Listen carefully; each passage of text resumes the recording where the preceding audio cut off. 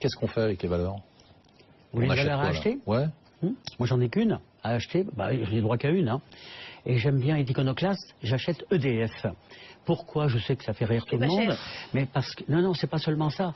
C'est que ça a été ça fait pleurer tout le monde. Hein, ça fait un massacre total. Oui, c'est ça. C'est un scandale absolu. Voilà. C'est une honte. C'est des dizaines de milliards qui sont partis en fumée, alors qu'on est en train d'aller chercher 100 balles par-ci, 100 balles par-là.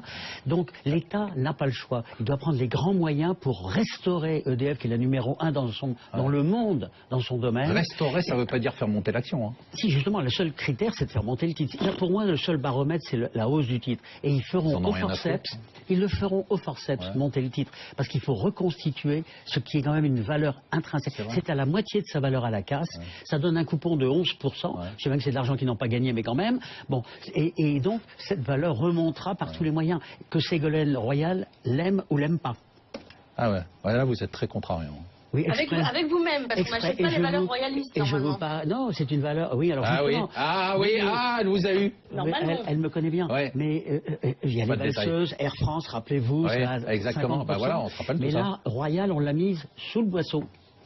Alors, Jérôme Pauwels, applaudissements pour Jérôme Pauwels. Applaudissements. Parce que le 5 février, quand il est venu la dernière fois, il nous a conseillé GTT. Et ça a pris 16,7%. Il est surpris lui-même, il avait oublié. Donc bravo. Et vous êtes donc en tête. Je n'ai pas oublié puisque ce que je dis, je le fais dans mon portefeuille. Bravo. Et ben donc vous avez fait un beau carton. Qu'est-ce que vous achetez aujourd'hui? Alors aujourd'hui, j'achète Figeac Aéro. Alors en fait, c'est une petite valeur qui est en train de devenir une très très grande valeur, et en tout cas qui va le devenir à l'horizon 2020. C'est quoi? C'est un équipementier aéronautique. C'est le 3e équipementier aéronautique en Europe, avec pour l'année 2015 environ 200, un peu plus de 200, on va dire 210 millions de chiffre d'affaires. En 2010, il était à 60. En 2018, ils escomptent 500 millions et en 2020, ils escomptent 650 à 750 millions de chiffre d'affaires. Parmi leurs clients, Airbus, Embraer, Boeing, enfin bref, Safran. Est-ce qu'on va gagner autant d'argent qu'avec GTT? Je pense que...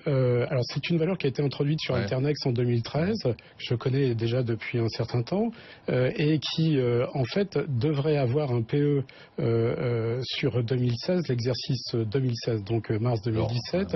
De l'ordre de 13 fois. Le rapport entre le cours et les bénéfices. Oui, le rapport entre le cours et les bénéfices d'environ 13 fois, 13 fois et demi. Et sur 2017, sur l'exercice donc en mars 2017, devrait avoir un PE de l'ordre de inférieur à 10. C'est ça que vous êtes en train de dire. Je pense qu'il y a une augmentation de capital qui est faite de 80 millions, mais l'intérêt, c'est que les investisseurs anglo-saxons s'y intéressent. Christopher, plus sérieusement, quelques secondes, je vous ai taquiné. Non, je vous ai taquiné. C'était bien amusé, mais... Par rapport à ce que vous êtes taquiné en début d'émission sur le fait que vous étiez déprimé, qu'est-ce que vous pensez de cette remontée, de ce regain d'optimisme depuis quelques semaines sur Global? Je pense qu'il était inévitable parce qu'il y avait de la surréaction, mais le soufflet en quelque sorte peut rapidement retomber. Ou va? J'oserais dire même va certainement retomber. Osez, Christophe. Tout à fait. Va certainement retomber du fait, de la BCE qui, dans tous les cas, va décevoir. Et surtout, on a toujours le risque chinois qui est bien en ligne de mire. Qu'est-ce que va faire la Chine dans les prochains mois concernant sa monnaie et aussi ses réserves? Et là, juste quelques secondes, vous pouvez... Nous avons vécu des flux. Oui.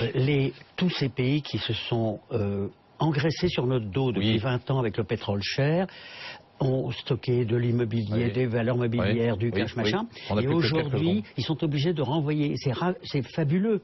Tout ce qu'ils nous ont piqué, ils sont obligés de nous le rendre. Le Qatar, les fonds norvégiens, tout ça.